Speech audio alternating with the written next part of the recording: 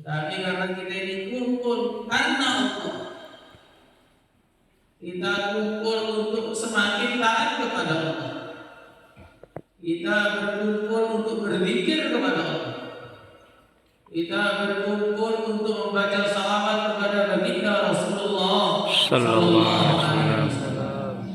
Maka majlis ini majlis yang besar yang menggegerkan langit. Ini majlis yang Allah Subhanahu wa taala membangga-banggakan ahli majlis ini di akhir. Membangga-banggakan orang yang duduk di majlis seperti ini di hadapan para malaikat. Semoga termasuk majlis ini. Amin. Makanya serius. Seandainya majlis ini diliput oleh televisi, pasti nggak akan ada yang main HP kan. Seandainya majlis ini diliput televisi, pasti nggak ada yang bicara sendiri kan. Seandainya ada presiden yang datang namanya nyangkut juga kan. Padahal yang datang di majlis zikir itu bukan para presiden, bukan pula diliput oleh televisi. Yang hadir di majlis zikir ini adalah para malaikat. Inna lillahi malaikatan sayyara yaltamisuna ahlal dzikr. Ada para malaikat yang selalu keliling yang mencari orang-orang yang duduk di majlis. Bukan hanya para malaikat yang hadir, arwah-arwahnya orang-orang soleh pun hadir. Maka orang yang hatinya bersih bisa melihat para nabi hadir, para wali hadir, para sahabat hadir. Kalau orang itu yang digunakan hanya mata zahirnya, tidak pernah menggunakan mata batinnya, mana beliau akan datang? Ya ini memang Allah Subhanahu wa taala memberikan orang itu kemampuan sesuai dengan apa yang dia bisa. Manusia sekarang menggunakan otaknya untuk perkara-perkara materi, perkara-perkara duniawi. Kalau Allah buka teknologi, Allah buka pesawat yang cepat, buka kapal, Allah buka ingin bangunan yang mewah.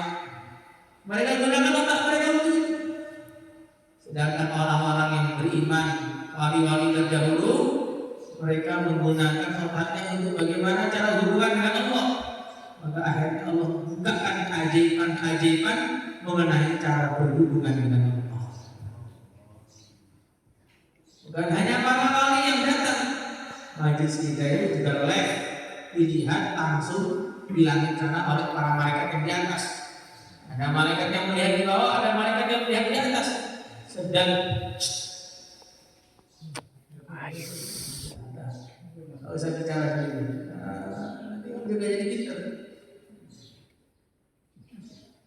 Ini juga marahin orang yang lamun ada dalilnya apa?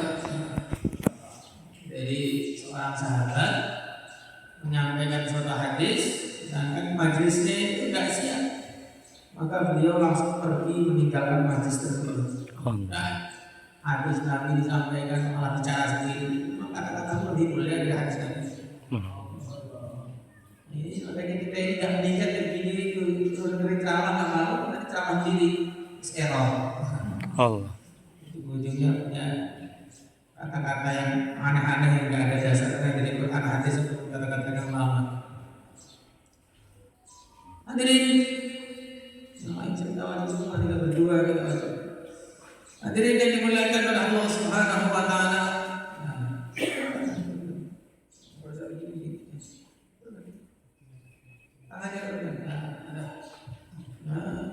Kalau kayak gitu di pondok pesantren yang habis. Mohon maaf. Ini bukan apa-apa. Itu urusan dunia kalau aku ingin serius. Ini urusan dunia kita ini maunya main-main gitu. Allah. Hadirin yang dimuliakan oleh Allah Subhanahu wa taala. Maka kita bersyukur kepada Allah Subhanahu wa taala karena didudukkan di majlis-majlis seperti ini. Majlis-majlis seperti ini walaupun di sini hanya mungkin setengah jam sampai 1 jam, mungkin 1 jam sampai 2 jam saja, tapi nanti itu di catatan amal kita sampai kita sudah mati masih kelihatan manfaat.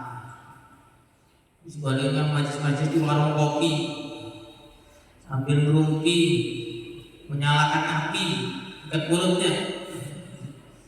Adapun itu dikerjakan berjam-jam, ketika tidak ditaubati, tidak diampuni oleh Allah Subhanahu wa taala, maka di warung kopi 1 jam tadi sampai sudah mati pun masih akan kita rasakan ruginya. Masih kita akan merasakan ruginya, sebagaimana dalam satu hadis, la yatahassaru ahlul jannah illa ala sa'atin marrat bihim wa lam yadhkurullaha ta'ala fihi. Ahli surga tidak akan pernah menyesal, tidak akan pernah merasa merugi, kecuali karena ada waktu-waktu yang mereka lewatkan dari kehidupan mereka, walam yadhkurullaha fihi, sedangkan mereka tidak berzikir kepada Allah dalam waktu tersebut. Dan zikir itu maknanya luas, bukan hanya tasbihan saja. Majelis ilmu itu juga majelis zikir. Was'alu ahlal dzikri in kuntum la ta'lamun. Tanya ahli zikir. Di sini siapa yang dimaksud ahli zikir? Ahli zikir itu maksud ahli ilmu. Majelis zikir itu bukan hanya tasbih saja. Baca Quran itu majelis zikir. Majelis zikir bukan hanya tasbih saja. Baca shalawat itu juga majelis zikir. Ada dalam hadis. Ketika para malaikat laporan kami datang di satu majelis zikir, apa yang mereka lakukan? Yadkuruna wa yaqra'una kitaban wa yusalluna ala nabiyyin. Mereka berzikir kepada Engkau, membaca kitab Engkau, dan bersalawat kepada Nabi. Allahumma shalli ala sayyidina Muhammad. Allahumma shalli alaihi. Jadi majelis zikir itu harus dipahami luas. Kalau tidak dipahami dengan luas, nanti waktu dengarkan ceramah, megang tasbih, rasanya ceramahnya belum dikir. Ini karena orang tidak paham. Padahal dalam hadis dikatakan mudzakaratuhu tasbihun. Orang itu mendengarkan majelis ilmu itu sama dengan berzikir. Jadi pas dengarkan majelis ilmu jangan sampai berzikir, nanti tidak paham juga. Waktu zikiran tasbihnya nggak dipegang, waktu berbayar tasbihnya dipegang. Akhirnya otaknya campur-campur semua, jadi gaduh-gaduh kerja ini. Ini semua ada dalilnya ini kita bilang. Maka la yatahassaru ahlul jannah illa ala sa'at marrat bihim wa lam yadhkurullah fihi.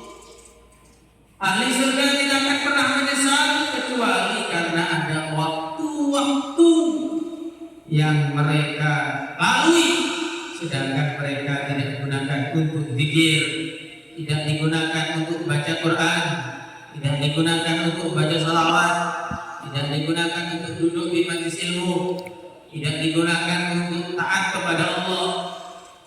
Karena inti dari majelis zikir itu adalah ketaatan kepada Allah. Inti dari zikir itu ketaatan kepada Allah. Maka walaupun tasbihannya banyak, kalau dia tidak taat kepada Allah juga belum ahli zikir. Walaupun kelihatannya baca tasbihan cuma 100 kali atau kurang, tapi kalau hari-hari taat kepada Allah, dialah orang yang ahli zikir. Insyaallah semuanya hadirin. Insyaallah. Semoga kita, keluarga kita, anak cucu kita diberi oleh Allah untuk selalu duduk di majelis-majelis seperti ini. Amin. Hadirin yang dimuliakan oleh Allah Subhanahu wa taala. Apa fungsinya majelis-majelis seperti ini? Fungsinya badzakir fa inna dzikra tanfa'ul mu'minin. Untuk saling mengingat. Yang bicara usaha, yang mendengarkan juga usaha. Yang usaha bukan hanya yang mendengar, yang bicara juga usaha. Jangan sampai yang bicara saja yang usaha, yang mendengar malah tidur saja. Ini sama-sama tidak usaha seperti ini. Usaha apa? Usaha agar menjadi pribadi yang lebih baik lagi. Usaha agar lebih meridhokan Allah lagi dalam setiap langkahnya. Usaha lebih menyempurnakan lagi sunnah-sunnah baginda Rasulullah SAW dalam semua keputusan-keputusannya. Maka hadirin yang dimuliakan oleh Allah, tanda kita itu ada keimanan dalam diri kita, maka ketika mendengarkan nasihat ambil manfaat. Tapi kalau imannya itu sudah lemah, imannya itu diapet, kadang nyala, kadang mati, terima wong, kadang keluar, kadang masuk, maka nanti tidak akan ambil nasihat.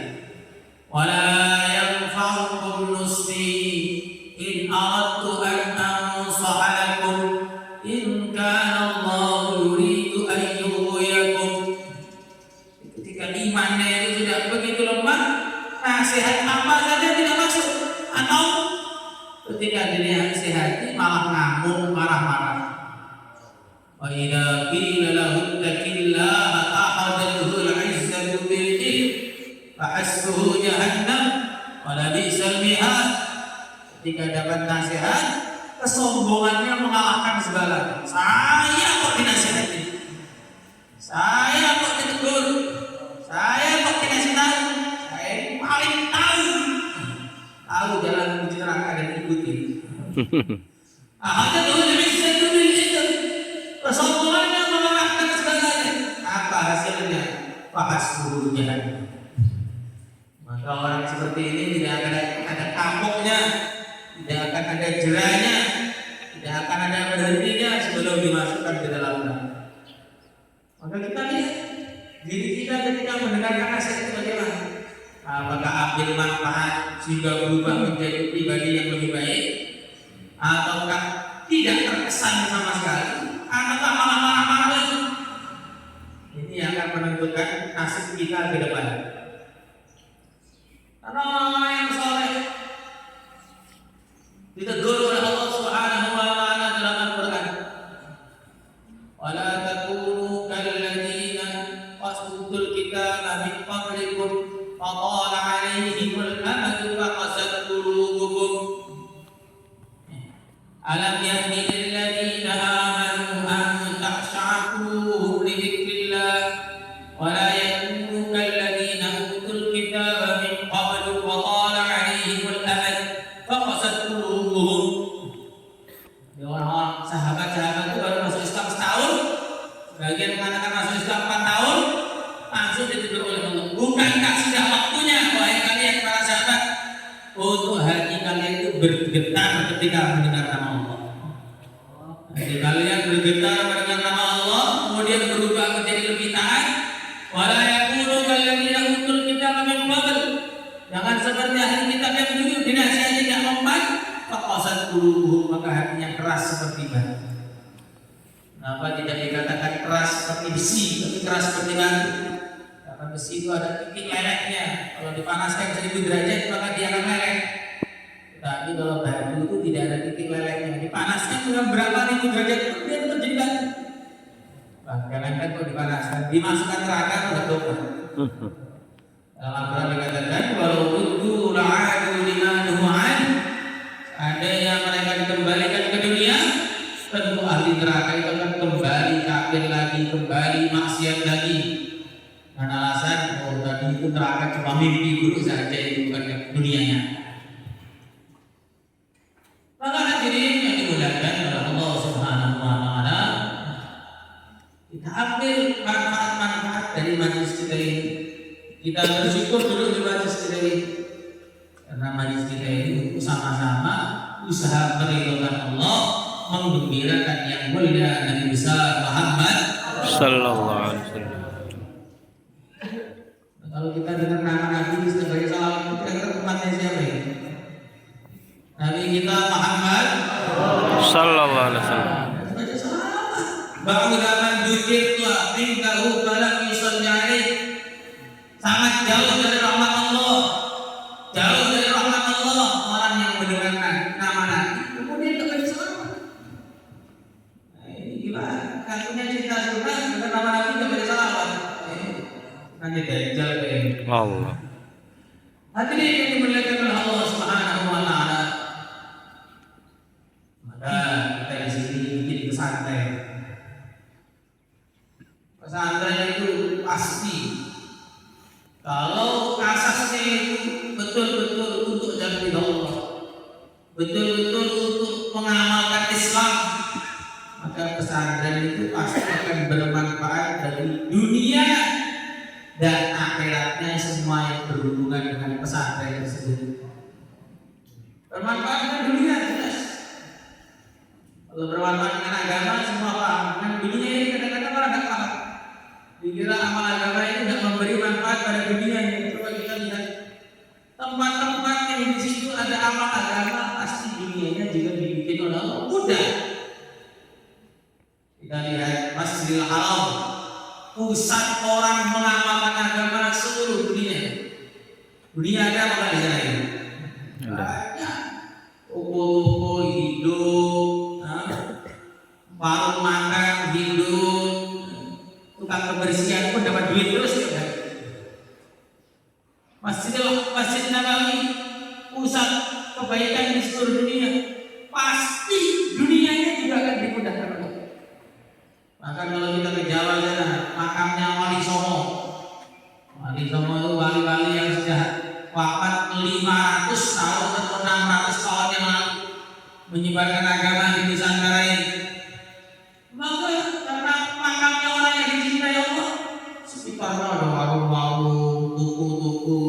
Yang itu kalau bukan makamnya orang yang mengamalkan agama, nggak mungkin ramai di sekarang.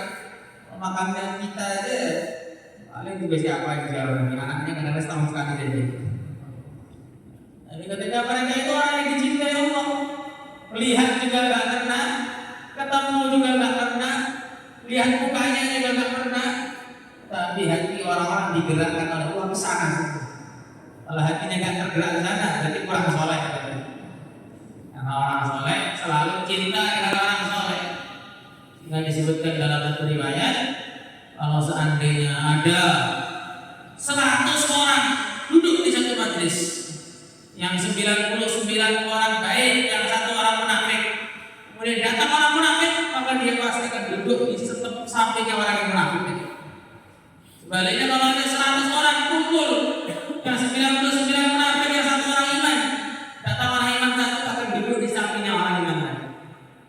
Maka kalau kita ada makamnya orang soleh dan tertarik ziarah, memang kurang soleh. Allah. Bukan karena walinya ketinggian, sangat saking tidak walinya ini. Hadirin yang dimuliakan oleh Allah Subhanahu wa taala. Maka pesantren itu akan bermanfaat untuk dunia kita, dunia anak-anak kita, dunianya kampung kita ini. Dulu dihitung Boro, ya, tahun 87, tahun 90, Masya Allah, nggak ada apa-apa.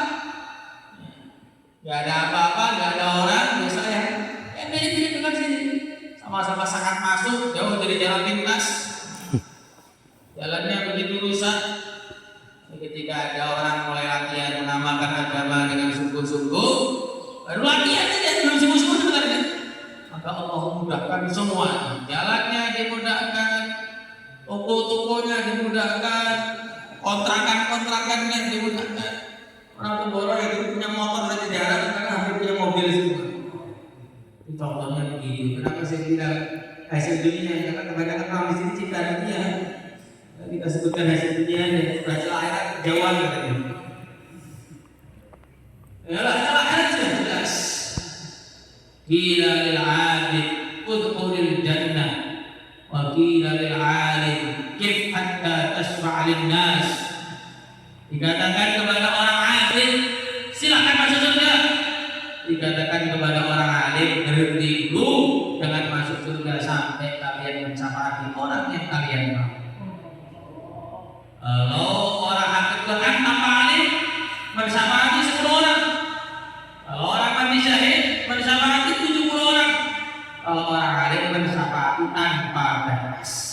Allah. Ini orang alim derajatnya paling tinggi, tidak ada derajat setelah nubuwah yang lebih tinggi melebihi derajat ilmu, itu tidak ada. Tidak ada. Tidak bisa dibuktikan dari segi manapun. Derajat ilmu itu derajat tertinggi setelah derajat ilmu. Maka dikatakan perbedaan antara ulama dengan nabi itu cuma satu saja, yaitu para nabi itu dipilih jadi nabi, ulama jadi nabi. Derajat paling tinggi di sini. Makanya yang lainnya ulama amanu minkum wal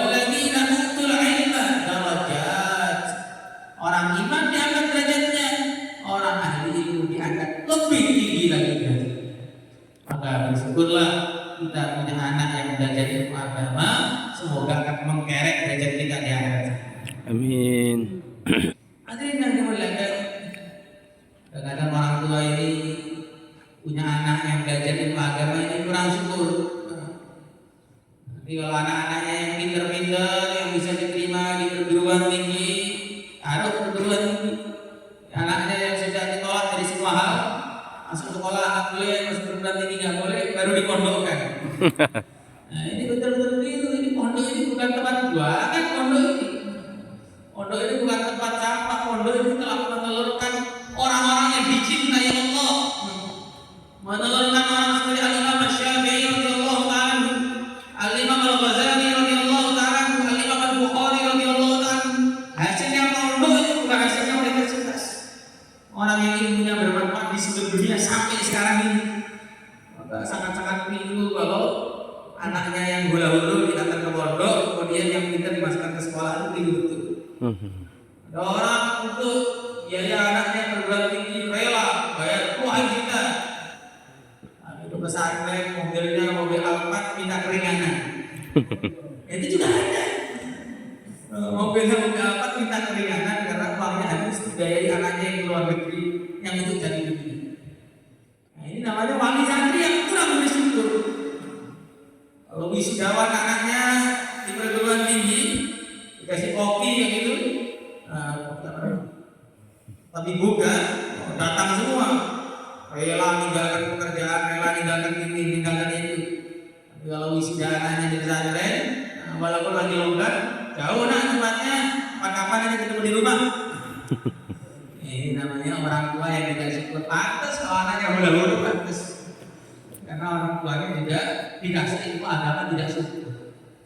Allah Subhanahu wa taala berfirman, "Alaihissallahu bi'a'lama bisyakirin." Allah Maha tahu siapa yang bersyukur di antara hamba-hamba. Yang bersyukur siapa Allah tahu. Maka Allah kita tidak dikasih ya karena kalau kita dikasih tidak syukur, maka kita tidak dikasih. Kenapa ibunya Imam Syafi'i itu dikasih anak seperti Imam Syafi'i? Karena dikasih anak seperti itu syukur. Al-Imam Syafi'i pulang dari Madinah.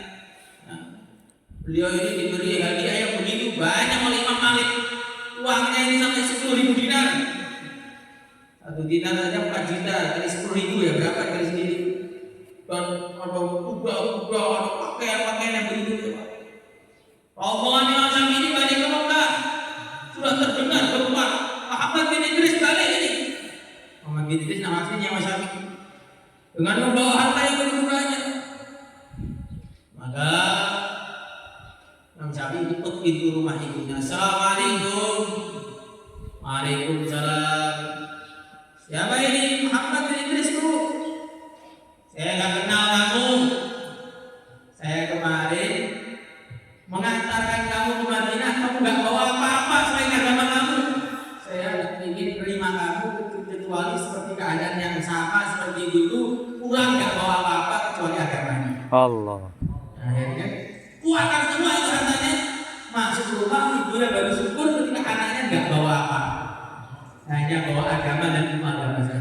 Ya pantas kalau ibunya jadi ibunya Imam Syafi'i.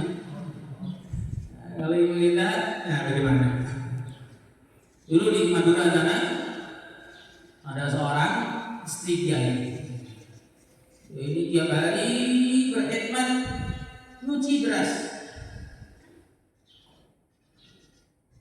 Berkhidmat nyuci beras untuk para santri. Maka waktu malam beras yang berton-ton itu dicuci, semua berubah jadi emas. Allah. Berubah jadi emas. Maka dia kaget, ya Allah, bukan ini yang saya cari ya Allah, bukan ini yang saya cari. Anak-anak saya jadi ulama-ulama yang meneruskan perjuangan saya sampai hari kiamat. Sudah dikasih beras yang berubah jadi emas berton-ton. Coba kalau kita, ini sudah jadi koron kita langsung. Maka beras yang sudah berubah jadi emas kembali jadi beras. Tetapi Allah tidak menyia-nyiakan doanya ibu ini. Sampai sekarang pesantren yang milik beliau termasuk pesantren terbesar di Papua ini santri ada di sana. Ini sebab apa? Sebab ini syukurnya bukan karena dunia, syukurnya betul-betul untuk ada. Insyaallah semuanya tadi. Insyaallah. Punya anak di pesantren ini harus disyukuri dan niatnya harus tulus. Mata-mata dari ridha Allah, mata-mata untuk investasi akhirat kita. Kalau tidak begitu nanti manfaatnya kurang. Kalau nggak bisa dibilang nggak ada sama sekali kurang. Yang harusnya bisa dapat ribuan manfaat, jadi puluhan manfaat, mungkin hanya ratusan manfaat, mungkin hanya berapa biji manfaat. Maka semoga dari majlis kita ini kita menjadi lebih syukur lagi kepada Allah, lebih banyak doa lagi biar anak-anak kita jadi bermanfaat dunia akhirat. Insyaallah semuanya tadi. Insyaallah. Lebihnya minta maaf, kita doa sama-sama semoga majlis kita diterima oleh Allah. Amin. Allahumma shalli ala sayyidina Muhammad wa ala ali sayyidina Muhammad walhamdulillahi rabbil alamin. Rabbana zalamna anfusana wa illam taghfir lana wa tarhamna lanakunanna minal khasirin. Allahumma a'inna ala dzikrika wa syukrika wa husni ibadatik. Allahumma inna nas'aluka al-huda wat tuqa wal 'afafa wal ghina. Allahumma anfa'na bima 'allamtana wa 'allimna ma yanfa'una wa zidna 'ilma. Alhamdulillah ala kulli hal wa na'udzu billahi min ahli an-nar. Allahumma rabbana la taj'alna wa la ma'ana wa la fina wa la minna shaqiyan wa la mahruman. Allahumma innaka sadana hadiya Allahumma sa'ana al-ma'mura. Barak lana fi qawmin da'iman mustaqirratan ila qiyamis sa'ah. Min ma'aniha kam min mabaniha wa isti'aradiha.